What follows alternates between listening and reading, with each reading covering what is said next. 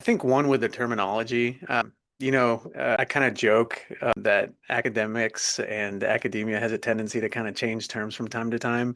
And this term, oral potentially malignant disorders, is an all-encompassing term for kind of precancerous lesions or conditions. So, leukoplakia, erythroplakia, PVL, all these things kind of fall into this category of oral potentially malignant disorders.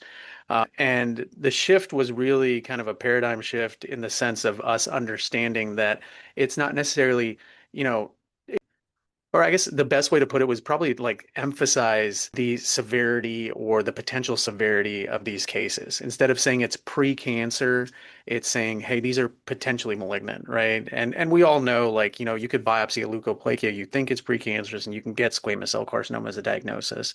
So I think it's just to emphasize, and put a little bit more focus on, hey, these lesions are potentially malignant, right? And I think it comes from the fact that, Grant, if you look at the last 20 years of oral cancer diagnoses in the US, we're getting a mortality with these patients. You're getting about an annual increase of about 1% for 20 Oh, okay. years. Wow. So it's already at that terminal stage of squamous cell carcinoma, right?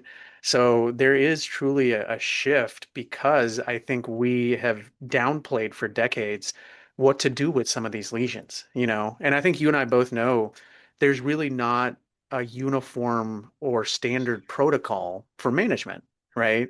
There's not like NCCN guidelines for squamous cell for a mild epithelial dysplasia, leukoplakia, right? Yeah. I mean that's a really good question.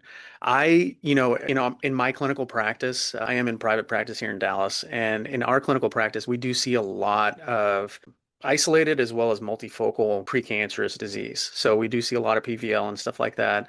I'm pretty black and white with the way I approach these. I have a tendency to, and I tell patients just transparently that I'm aggressive.